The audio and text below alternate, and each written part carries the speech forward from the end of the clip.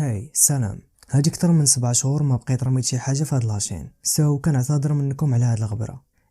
خليونا ندوزو ديريكت للموضوع ديالنا.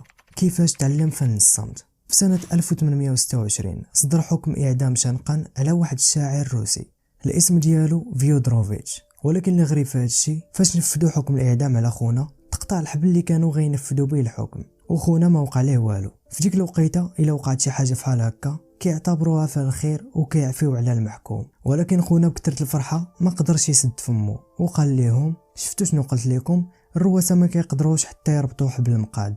ومن بعد ما وصلت الهضره للقيصر ديالهم قال لهم خليونا نثبتوا ليه العكس، وهاد المره نفذوا الحكم وما تقطعش الحبل وخونا مشى فيها. العبره من هاد الشيء كامل ومن هاد القصه هي ان الحوته اللي كتسد فمها حتى شي واحد ما كيقدر يصيدها، والصمت في بزاف د المرات كيكون احسن حاجه نقدروا نديرو. هادشي علاش كيتعتبر الصمت واحد الاسلوب اللي قوي بزاف، والصمت هو الحاجه الوحيده اللي عمرها تخونك واللي ماشي اي واحد كيقدر يتقنها.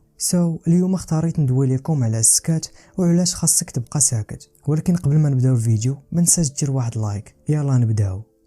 قبل ما تتعلم تسكت خاصك تفهم وتعرف علاش خاصك تسكت. اولا السكات كيحل مشاكلك. كيفاش؟ في واحد المقاله من جامعه هارفارد كتقول بلي اللحظه اللي كتقدر تبدع فيها ولا تلقى الحل لشي مشكله عندك هي اللحظه اللي كتكون ساكت فيها. هاد الدراسه درت على اكثر من 100 شخص ولقاو بلي اللحظات اللي كتكون جالس فيها بينك وبين راسك هي من افضل اللحظات اللي كيكون فيها دماغك خدام مزيان واللي يقدر ينتج فيها افكار ويلقى لك الحل لمشاكلك. ثانيا الصمت كيخليك تبان قوي وكيعطيك القوه. وباش نفهموا هاد الفكره مزيان ويكون كل شيء واضح خليونا نعطيو واحد المثال بالملك لويس 14 اللي كان معروف ديك الوقيته بلويس العظيم. وباش تفهموا مزيان العلاقه ديال قوه الصمت بهذا الملك خليونا ندخلوا للشخصيه ديال هذا لويس 14 اللي كان معروف بكاع هذه القوه والعظمه في الشخصيه ديالو، واللي السر ديالها هو انه ما كانش كيدوي بزاف، وكانت عنده واحد المقوله شهيره اللي كيقولها ديما واللي هي ليتا سي موا،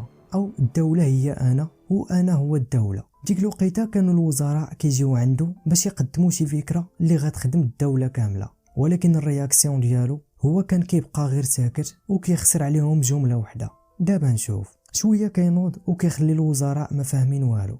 انا عارفك انت ولا انتي ما عندكش واحد المكانه فحال هذا الملك، ولكن الا حتى انت طبقتي هذا الصمت ديالو ورديتيه قاعده اساسيه للتعامل مع الناس في حياتك فهاد الشيء غيخليك تبان قوي وغيعطي القيمه لهضرتك ملي تدوي واخا تقول غير شي حاجه بسيطه، وغيلقاو الناس صعوبه باش يعرفوك فاش كتفكر وغينجذبوا ليك اوتوماتيكمون. الحاجه الثالثه اللي غتصور من السكات هي انك غتقدر تقرا الافكار ديال الناس اللي دايرين بيك. السكات غيخليك تقرا لغه الجسد ديال الناس، غيخليك تعرف بنادم اللي كيكذب وبنادم اللي كيقول الحقيقه، وما تحتاجش تمشي وتقرا على لغه الجسد والدماغ ديال بنادم، حيت السكات غيخليك تعلم هذا الشيء لراسك، وهذا الشيء غتعلمه شويه بشويه مع الوقت. هذا الشيء اللي غيعاونك تفهم بنادم اكثر من راسو، وغيفتح لك بزاف ديال البيبان في التواصل وكيفاش دير العلاقات الاجتماعيه. رابعا السكات ما غيخليكش ترتكب اخطاء، حيت بكل بساطه الحاجه اللي قلتيها ما غتقدرش تمسحها. باش نعرفوا اكثر اهميه الصمت باش انك ما تجيبهاش في راسك غنحكي لكم واحد القصه. هادو واحد 3 ديال الاشخاص محكوم عليهم بالاعدام بالمفصله. المهم المفصله هي هادي حيت ما عرفتش سميتها بالدارجه. هاد الاشخاص كان واحد منهم عالم دين والثاني محامي والثالث عالم فيزياء. جا الوقت باش يعدموهم، حطوا الراس ديال عالم الدين تحت ديك اللعيبه وسولوه واش عنده شي كلمه اخيره بغا يقولها قبل ما يتعدم، وقال لهم الله هو اللي غادي ينقذني. من بعد طلقوا ديك اللعيبه باش تنزل عليه وبقات واحله ما نزلاتش، وفي الاخير قالوا ليه صافي غير سير في حالك.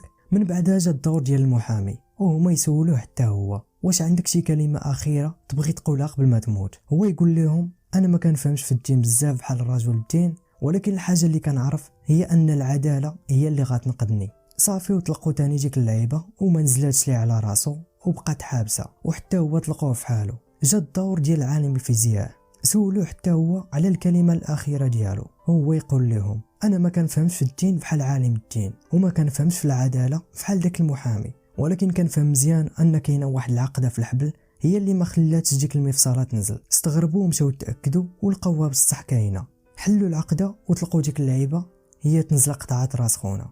وهذه راه كتوقع لاي واحد فيه الهضره بزاف. مثلا تقدر تكون جالس مع صحابك وانت غير كتهضر غيعجبك الحال ديك اللحظه، ولكن غالبا ملي كتمشي للدار وتجلس مع راسك فغتلقاك قلتي شي حاجه اللي ما خاصهاش تقال واللي يقدروا يستخدموها صحابك ضدك شي نهار. تما غتحس بالندم، وباش تفادى هادشي كامل انت عارف شنو خاصك دير، هي انك تقلل من الهضره ولا من الاحسن تبقى ساكت. هذا الموضوع فيه بزاف ما يتقال، بغيتو نديرو منه شي جزء تاني علاش لا، قولوها ليا في التعاليق. حتى لهنا كيكون سالا الفيديو ديالنا. الا وصلتي حتى لهنايا ما تنساش دير ديك لايك حيت هادشي كيشجعني بزاف باش نزيد نحط فيديوهات جداد. وهادشي اللي كاين في هاد الفيديو. بسلام.